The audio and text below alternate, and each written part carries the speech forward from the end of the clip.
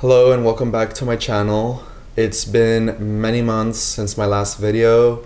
I fell off the train that I was on regarding my spiritual videos, and a lot has transpired this year that has caused me to focus on figuring out my life and addressing issues that came up. Many of you already know that I ended my relationship with my ex of 10 years earlier this year, and with that it led to big life cycle changes. And in doing this video, I want to touch base on things that I could have worked on, not just with my ex, but this whole year as a whole, and just considering 6 different things that I regret. I know it's not good to live in regret or to, have that kind of mindset, but, without reflecting on the past and learning from your mistakes, then there's really no way to improve in the present and in the future. So I think addressing things that I regret is a good way to prepare myself for the next year and perhaps help you on your path as well, since we all share similar life lessons. With that said, my first regret is not saving enough money. With the changes that transpired this year, I moved back home with my parents, and I was able to have that support to stabilize myself during this big life change. Right when the breakup happened, my lease was ending, so it was like either we sign it and we deal with another year of God knows what would have happened, or we just go our separate ways. And so I chose that for myself, was to just distance myself.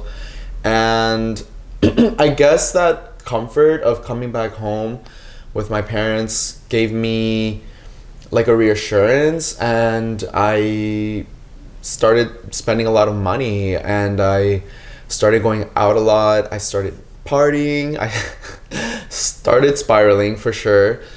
Buying things I didn't need, and my credit cards have definitely felt it. I have a goal for next year to focus on being more frugal, minimalism, implementing that, and simply being more conscious of where my money is going and thinking twice before I impulse buy anything. So that was one regret. Another regret that I have, the second one, is not trusting in God more. So I believe in God. I believe in a higher power, the universe, whatever you want to call it. But I think this year really challenged me in that aspect. I felt many times very much alone. I felt like I was mourning the loss of somebody, even though no one died this year. For me, like, I felt that the death of the relationship was a loss that I had to mourn, and I had to process, and I had to come to terms with. And in many cases, I think I lost a little bit of, not faith, but perhaps a little bit of faith in that everything was working out as intended. And the funny part is that my tarot cards kept guiding me and telling me, like, I remember drawing the Tower card a month before the breakup. I drew the Tower card, which is all about major transformations. I remember drawing when we were breaking up, I kept drawing the Three of Swords, and that's all about heartbreak, betrayal, sadness, grieving. And I even remember drawing the Wheel of Fortune several times, and that card is all about life cycles and the beginning and ending of cycles. So I've been guided pretty much, but for some reason it's hard to, as a human being that always seeks comfort and stability and happiness, it's hard to go through those periods of sadness and turmoil, and it becomes a challenge to stay level-headed and to keep your faith. And I think that that's one of my regrets, is not trusting in the process of the direction that God was pushing me in. My third regret is not taking therapy. So towards the end of my relationship with my ex, I had suggested that we take a couples therapist session, and it did not happen. There was no meeting eye to eye between the both of us, so we basically gave up on the relationship. But even after the ending of that, I confirmed with my ex like that it's important that we take therapy, because there are aspects of the both of us that were not healed or maybe needed to heal from all the, you know, toxic elements that just evolved throughout our relationship and we kind of allowed to linger. Also not really considering the trauma that we carry from our childhoods.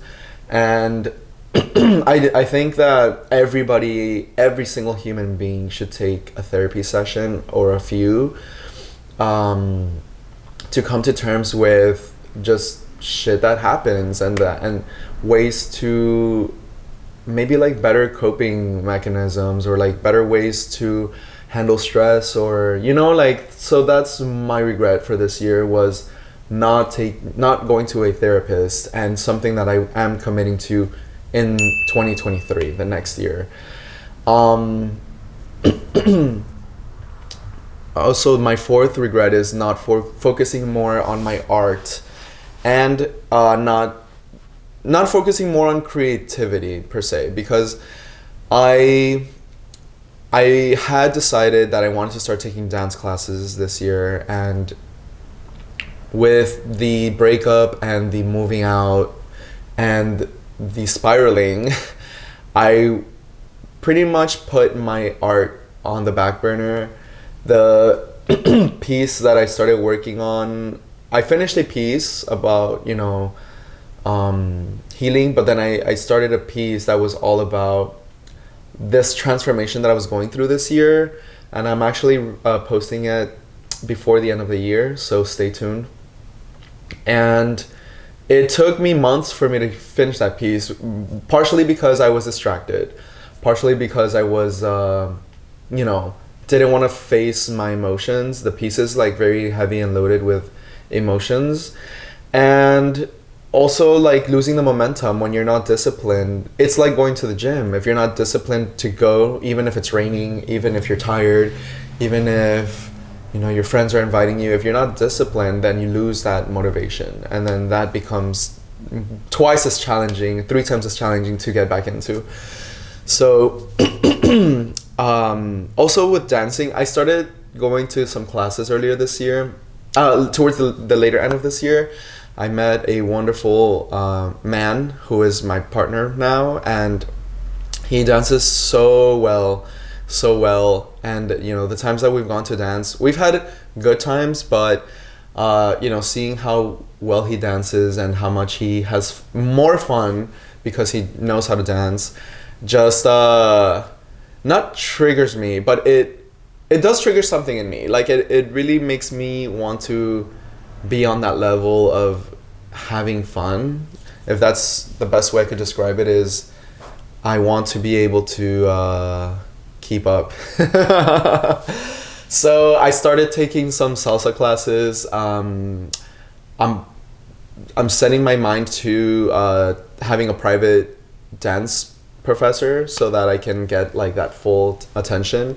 So that's something that for sure I'm gonna do next year. But I do regret this year because I think dancing is a good way to release emotions, release stress. It's kind of like yoga. It's kind of like the gym. It's just it unlocks blocked energy that's inside. And for sure next year I'm going to dance more and I'm going to paint more.